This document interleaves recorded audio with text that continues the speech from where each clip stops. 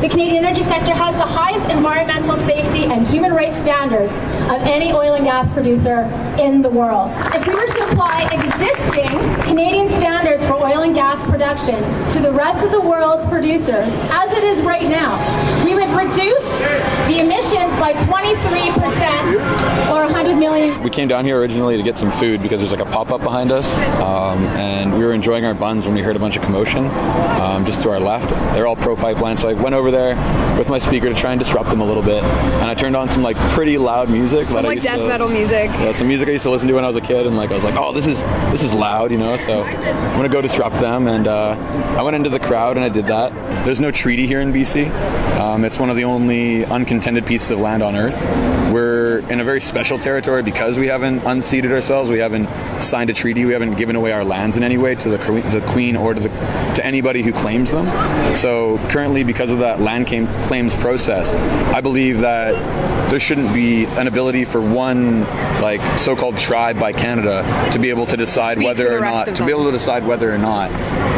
the pipeline goes through. I was an elected chief and council for 38 consecutive years, but there was nothing I could do to help my people with the federal bureaucracy that's been imposed on us. I did study the pipelines for 12 years. I studied it, the pipes, the techniques, the new engineering, and from what we had 70 years ago, and I find it more safe.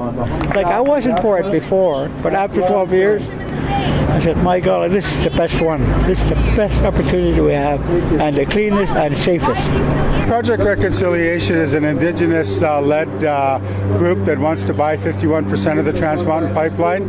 We're looking at the idea of an all-inclusive process of bridging three provinces together, Saskatchewan, Alberta, and British Columbia, where there's 300 and some odd bands that we want to look at having a coalition and a partnership amongst ourselves to create, economic opportunities by owning the TMX.